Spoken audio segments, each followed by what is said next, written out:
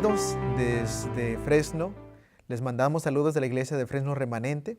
Yo soy el pastor Giovanni Sánchez y con ustedes en este momento vamos a estar haciendo un repaso de la escuela sabática. La lección se titula La experiencia de la unidad en la iglesia primitiva. Todo este trimestre hemos estado hablando de la unidad.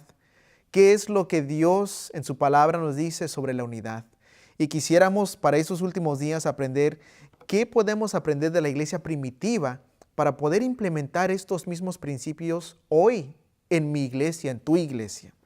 Para esto quisiera leerles el texto bíblico de memoria que se encuentra en Hechos capítulo 2, versículo 42. Dice lo siguiente: y perseveraban en la doctrina de los apóstoles, en la comunión con otros, en el partimiento del pan y en las oraciones. Vamos a comenzar primeramente con la introducción de esta lección. La lección nos deja saber que la unidad de la iglesia es el resultado de una experiencia compartida en Jesús, quien es la verdad. En sí, Jesucristo mismo nos dijo en San Juan 14:6, yo soy el camino, la verdad y la vida. Nadie viene al Padre sino por mí. Así que realmente el centro de nuestra unión se encuentra en Cristo Jesús. Todos, como quien dice, vamos hacia un propósito, hacia una venida, y eso es hacia el Padre. Pero para llegar al Padre todos tenemos que entrar a través de Jesús. Nuestra experiencia común es la que nos une a todos, la que unió a la iglesia primitiva.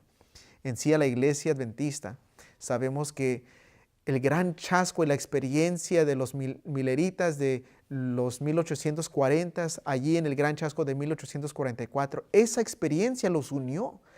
Pero la lección nos deja saber que es más que una experiencia.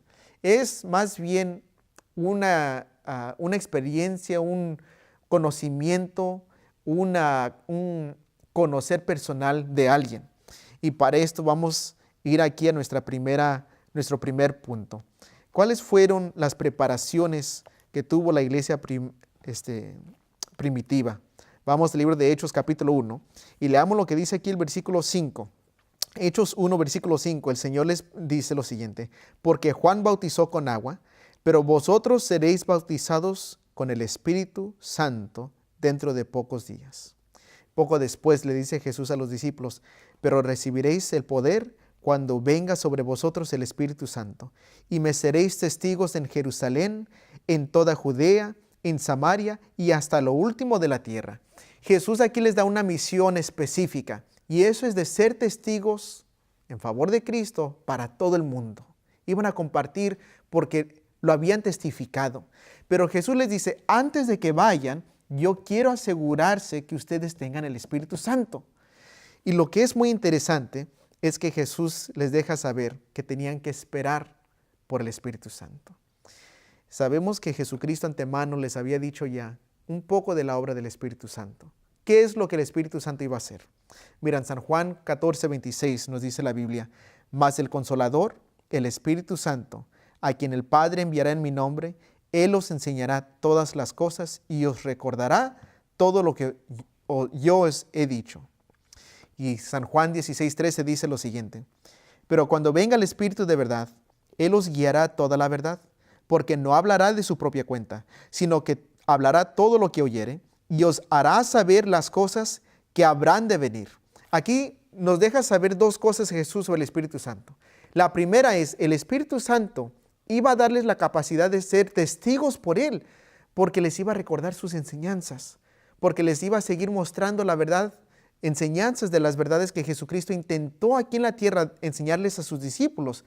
Pero quizá los discípulos estaban un poco muy distraídos con sus propios deseos, sus propios propósitos, su propia misión en establecer un reino eternal, que no vieron lo celestial. Y es por eso que Jesús dijo, es importante que yo me vaya para poder enviarles el Consolador. La primera clave que tenemos que entender para la unión es el Espíritu Santo. Y esto es clave. ¿Por qué razón? Porque el Espíritu Santo viene a testificar de Jesús mismo.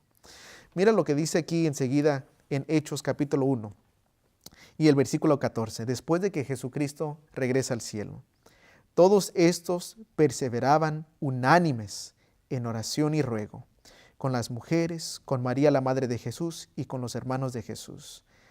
La iglesia primitiva dice aquí que estaban unánimes, unidos. ¿En qué cosa? Dice aquí, en oración y en ruego. Mira, yo he escuchado y también he predicado sobre la importancia de la oración. Cuando tú oras y tú oras con alguien más, ambos están haciendo algo muy íntimo y eso es comunión con Dios. Y eso sí nos une. Pero hay algo más que nos une, más que solamente la oración, es con quién estamos orando. En Romanos, en Hebreos, en Hechos, nos deja saber la Biblia que los discípulos, cuando ellos oraban, ellos sabían que Jesucristo estaba ahí en el cielo representándolos. Cuando ellos oraban, ellos no estaban solamente hablándole a un Dios lejano, a un Dios que no los entendía. Ellos estaban orando a través y en el nombre de Jesús, su amigo, su Salvador, con el quien ellos habían convivido, dormido, habían comido juntos, habían visto los milagros de Jesús y ellos sabían, Jesús allá en el cielo me está representando. Mi oración no solamente está ascendiendo al cielo vanamente, no, va directamente a Jesús, a mi mejor amigo. Hace años yo me acuerdo que estábamos algunos compañeros platicando y a veces uno tiene un poco de temor a hablar en público y tú le dices, tú ve, tú habla por nosotros, al que es un poco más valiente. Y tú sabes que Él va a hablar por ti, Él te va a representar. Lo mismo Jesucristo, los discípulos sabían que en el cielo tienen un amigo, alguien que realmente podía entenderlos.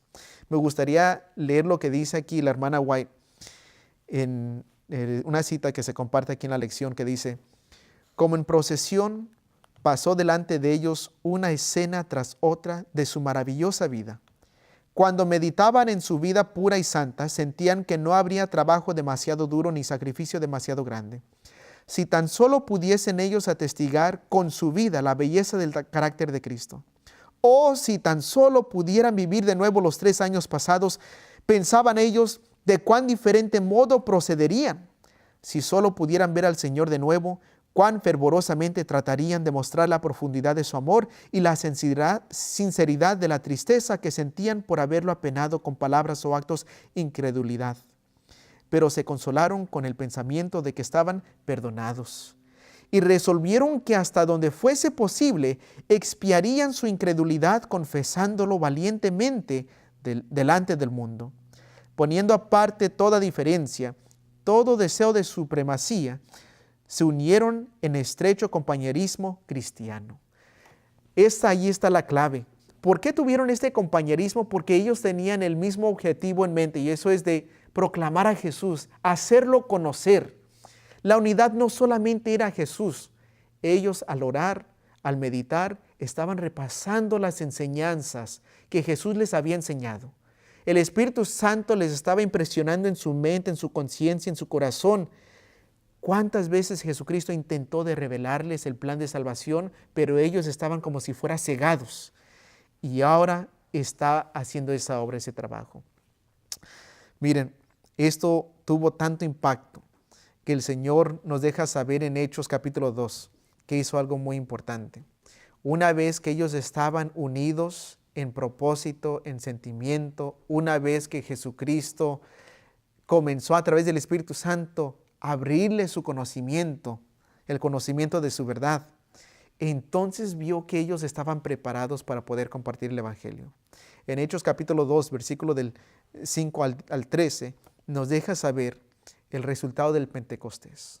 Hubieron judíos allí para celebrar la celebración de Pentecostés, que eran usualmente cuando se ofrecían las primicias de la cosecha. Y era una de tres fiestas santas en las que todos los varones judíos era requisito asistir allí al templo. Allí es donde el Señor usó para poder derramar su Espíritu Santo. ¿Pero con qué propósito? Nos deja saber la Biblia con el propósito de poder compartir el Evangelio.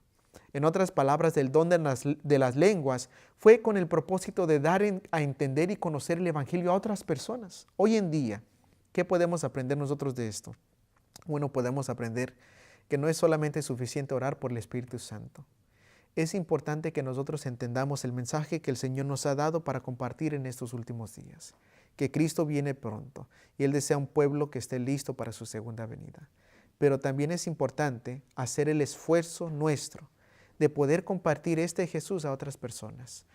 Pero para poder compartirlo con otras personas, tú tienes que conocer al Jesús de la Biblia, al Jesús profético de Apocalipsis, el Jesús que viene pronto, entender qué es la obra que está haciendo Él ahorita. Porque para los discípulos fue muy importante entender, Jesucristo está en el cielo intercediendo por nosotros.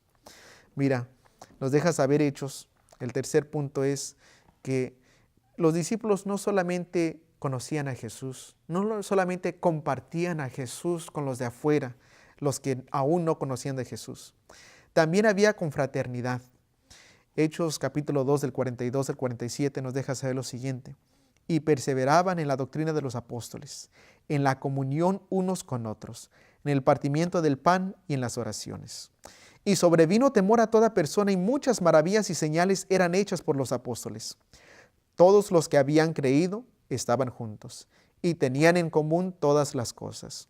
Y vendían sus propiedades y sus bienes y los repartían a todos según la necesidad de cada uno. Y perseverando unánimes cada día en el templo. Y partieron el pan en las casas, comían juntos con alegría y sencillez de corazón, alabando a Dios y teniendo favor con todo el pueblo. Y el Señor añadía cada día a la iglesia los que habían de ser salvos. Sabes, me ha tocado ir a varias iglesias a través de los Estados Unidos en el oeste. Y al viajar a varias iglesias me ha tocado desafortunadamente ir a iglesias donde entro y salgo y nadie, ni siquiera un saludo, ni siquiera un hola, muy bienvenido, ¿de dónde nos visita? En la iglesia primitiva había tanta unión, tanta confraternidad, que eso atraía a otras personas. Porque miraban dentro de los discípulos, dentro de los seguidores de Jesucristo, un espíritu que no se miraba en el mundo. Mira ahí dice el versículo 42, y perseveraban en la doctrina de los apóstoles, en la comunión unos con otros, en el partimiento del pan y en las oraciones. La predicación de Jesús no era solamente predicación, no era solamente una declaración, yo creo en Jesucristo, no. Ellos vivían el evangelio. ¿En qué sentido? En que no solamente tenían la experiencia con Jesús, no solamente iban a compartir a Jesús, ellos también dentro de su comunidad cristiana había ese espíritu de Cristo, de poder compartir, comer juntos, orar juntos. Quizás alguien tenía un esposo o una esposa que estaba pasando por un problema, se juntaban para orar el uno por el otro. Nos deja saber aquí también que ellos perseveraban en la doctrina de los apóstoles. No era suficiente para ellos escuchar que Jesús murió por ellos. Ellos querían conocer más y querían escuchar la historia otra vez. ¿Y qué más nos dice la Biblia? Y estudiaban aún más y más y más, porque cuando Jesucristo estuvo 3 años y medio con los discípulos haciendo su obra aquí, yo estoy seguro que los discípulos tenían mucho de qué compartir con la gente. Y nos deja saber aquí que perseveraban en la doctrina de los apóstoles. Saben, nosotros como iglesia adventista se nos ha dado lindas doctrinas, lindas profecías, lindas enseñanzas. Se nos ha dado la oportunidad de conocer a Jesús de una manera más clara, más amplia, y sin embargo estudiamos muy poco. A veces pensamos, no, es que el estudio nos va a hacer orgullosos como los judíos fueron los días de Jesús. Pero el problema no era su conocimiento, el problema era el corazón con que se acercaban a la palabra de Dios. Hoy en día, como los discípulos, el Señor nos pide como iglesia que le busquemos a través de su palabra con un corazón, con el deseo de encontrar a Jesús ahí, con el deseo de entender más claramente, Jesús, ¿qué es tu voluntad para mi vida hoy en día? Para entender más claramente, Señor, cómo es que yo puedo vivir, Señor, más para reflejar más a Jesús en mi vida. Mira, dice allí al fin del versículo 47, que alababan a Dios teniendo favor con todo el pueblo, y el Señor añadía cada día a la iglesia los que habían de ser salvos. La palabra de Dios nos deja saber que dentro de la iglesia se encontraba la salvación, porque dentro de la iglesia se encontraba ese conocimiento de Jesucristo, esa confraternidad, esa unidad a través del Espíritu Santo. hazte hoy tú la pregunta, ¿será que en mi iglesia el Señor está añadiendo cada día personas? Y si no, hazte entonces la pregunta, ¿qué hizo la iglesia primitiva que hoy yo debo de hacer en mi iglesia? Quizás no puedas cambiar tu iglesia, pero tú eres la iglesia. Con tú mismo hacer ese cambio, puede comenzar el cambio. En tú, al darle una linda bienvenida a una visita, el tú en ir a visitar a algún hermano, a orar por él o por ella, el tú en convivir y decir, los invito, le invito a usted a mi casa hoy a comer, comenzar un grupo pequeño en tu casa, decir, pastor, me gustaría dar algún estudio bíblico, aquí está mi hogar, estoy dispuesto. El Señor nos pide que hagamos eso. La lección sigue hablando sobre la generosidad y la codicia. Y sabemos que el Espíritu Santo nos da ese impulso de no solamente compartir el Evangelio con nuestras palabras, sino que también con nuestras finanzas que el Señor nos ha dejado como mayordomos. Y me gustaría leerles este pasaje para concluir, que dice lo siguiente sobre esta experiencia. Esta generosidad de parte de los creyentes era el resultado del derramamiento del Espíritu. Los conversos al Evangelio eran de un corazón y de una alma. Un interés común los dominaba, a saber, el éxito de la misión a ellos confiada.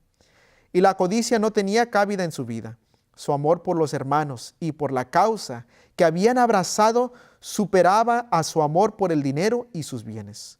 Sus obras mostraban que tenían a las almas de los hombres por más preciosas que las riquezas terrenales. Así será siempre que el Espíritu de Dios tome posesión de la vida. Aquellos cuyo corazón está lleno del amor de Cristo seguirán el ejemplo de aquel que por amor a nosotros se hizo pobre con el fin de que por su pobreza fuésemos enriquecidos. El dinero, el tiempo, la influencia, todos los dones que han recibido de la mano de Dios lo estimarán solamente como un medio de promover la obra del Evangelio. Así sucedía en la iglesia primitiva. Y cuando en la iglesia de hoy se vea que por el poder del Espíritu los miembros han apartado sus afectos de las cosas del mundo y que están dispuestos a hacer sacrificios con el fin de que sus semejantes puedan oír el Evangelio, las verdades proclamadas tendrán una influencia poderosa sobre los oyentes. La clave no está en las personas que están afuera de la iglesia, la clave se encuentra en mí.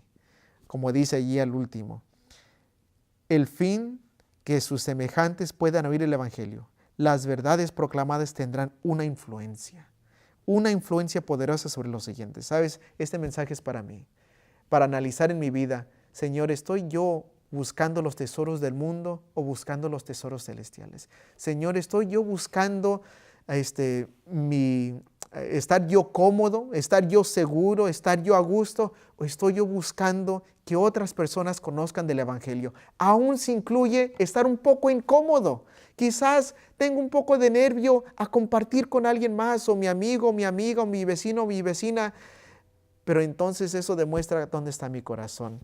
Esta semana el Señor te dice, para que haya unidad verdadera, acércate a Jesús.